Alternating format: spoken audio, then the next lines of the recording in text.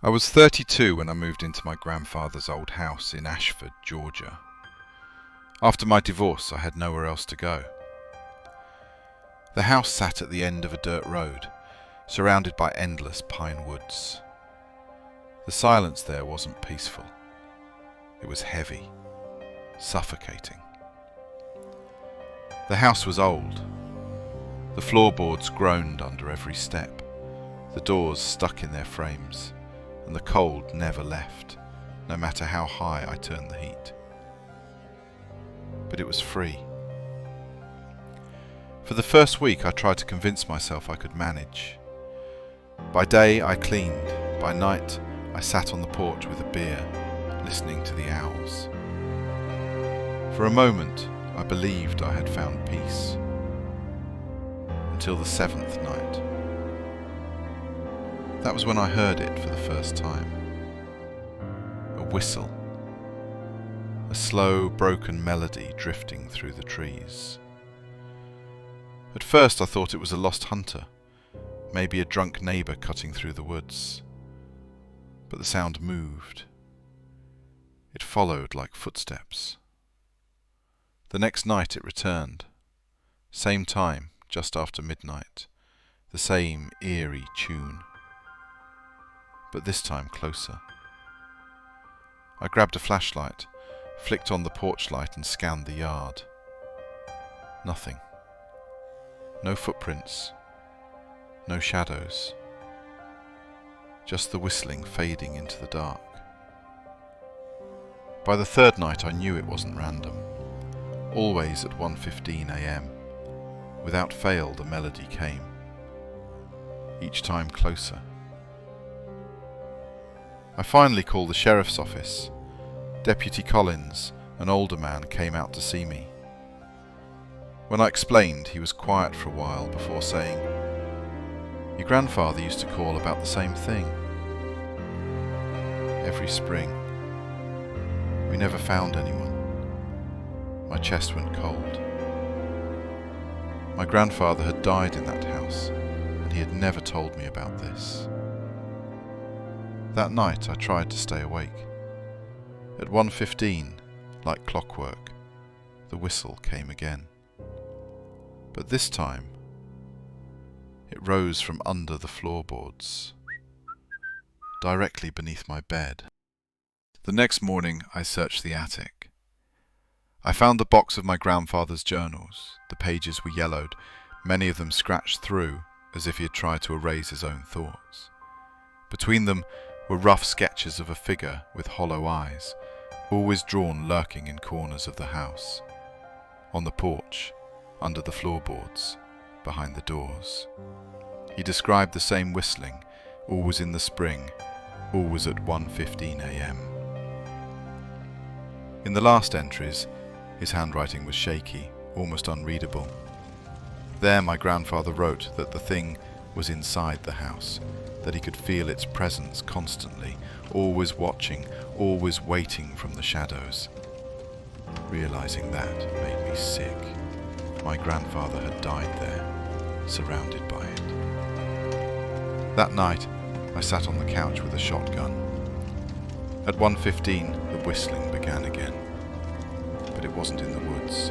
It came from the hallway. Step by step, the sound crept closer, rattling in my chest. When I snapped on the light and aimed, the hallway was empty. But then I noticed an old iron key, damp with soil, lying on the kitchen table. I had never seen that key before. That was the breaking point. I couldn't wait for daylight. In the middle of the night, I stuffed my things into a bag, locked the door, and drove away. The tension in my chest eased with each passing mile, until the sound returned. The whistling wasn't coming from the house anymore. It was inside the car. Slowly, I looked into the rearview mirror. In the back seat, the thing was sitting, its hollow eyes locked on me. I was only 7 years old when something happened that still haunts me. Back then, I lived in a small rural town where everyone knew each other by name. It was summer. The sun was beating down. and my friend Julian and I were wandering aimlessly, bored and restless. That's when we saw them. Two tall figures appeared on the dirt road ahead.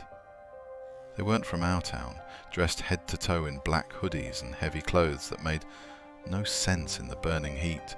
They moved with a strange calmness. They came closer, speaking in soft, almost childish voices. "Are you boys alone?" Julian froze, but I, too naive, nodded. I even told them we were looking for something to do. One of them smiled, and it wasn't the kind of smile that makes you feel safe. "There's a place up the hill," he said, pointing toward the tree line. "We can take you there. You'll like it." Julian's grip on my hand tightened. He knew every inch of that land, and there was nothing up there, just rocks and brush. But I hesitated, drawn by their calm tone. They pressed us again, their words measured, their smiles unchanging. Julian leaned close to my ear and whispered the words that made my blood run cold. "Something's wrong with them." And we did. We bolted down the dirt road, lungs burning, feet kicking up clouds of dust. Behind us, I heard their footsteps pounding harder, faster. They didn't shout. They didn't curse. The only sound was their breathing, harsh, furious, like hunters closing in. Julian never let go of my hand. I stumbled, cried, but he dragged me forward. At one point, I risked a glance back. They were still coming, their dark silhouettes closing the distance. Then, just as we reached the first houses of the village, they stopped. Dead still. They didn't follow us any further. They just stood at the edge of the road, watching. A neighbour pulled us inside her home and tried to calm us down. When we told her what had happened, she scolded us for talking to strangers. But I saw the worry in her eyes. For days I couldn't sleep. I kept expecting to see those two figures again. And then, a week later, the news spread through town. 2 boys about our age had disappeared near that same hill. No trace was ever found. To this day, I can't stop thinking about it. If Julian hadn't whispered those words, if we hadn't run when we did, maybe the missing boys would have been us. I was 8 years old when my parents decided my brother and I would spend a summer at my grandparents' house in rural Texas. They lived in a small cabin surrounded by open fields, with an old wooden barn standing a few yards behind it. For 2 city kids, it felt like a little paradise.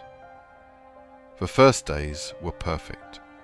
We played with the dog, ran through the fields, and collapsed into bed at night exhausted. Until one muggy night, I woke up to a sound that froze me in place. Footsteps. Heavy, slow, pacing back and forth outside my bedroom window. I pulled the blanket over my head, convincing myself it had to be the dog. But then came a sound I'll never forget. A low humming, tuneless, broken, as if someone was deliberately dragging each note. I tried waking up my brother, but he was a heavy sleeper. I crept to the window and heard the rattle of the doorknob being forced. Terrified, I ran to my grandparents' room. My grandfather checked the yard, but there was nothing there. He told me I must have imagined it, but I knew I hadn't. The next night, the sound returned. This time, the humming was right outside the glass, paired with the scrape of fingers testing the frame. And then I heard a voice, soft and almost kind, whispering through the darkness. "It's me, your grandpa.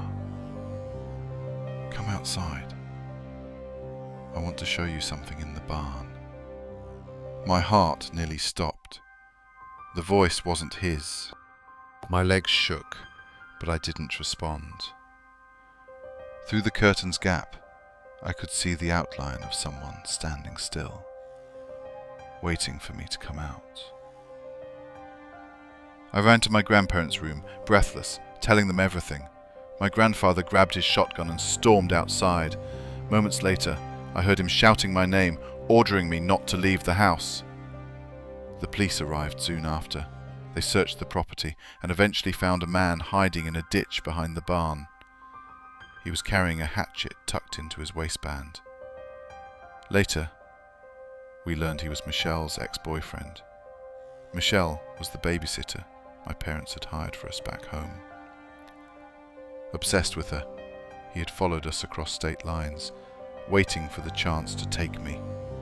He believed that threatening me would force Michelle to go back to him. He was arrested before he could do it.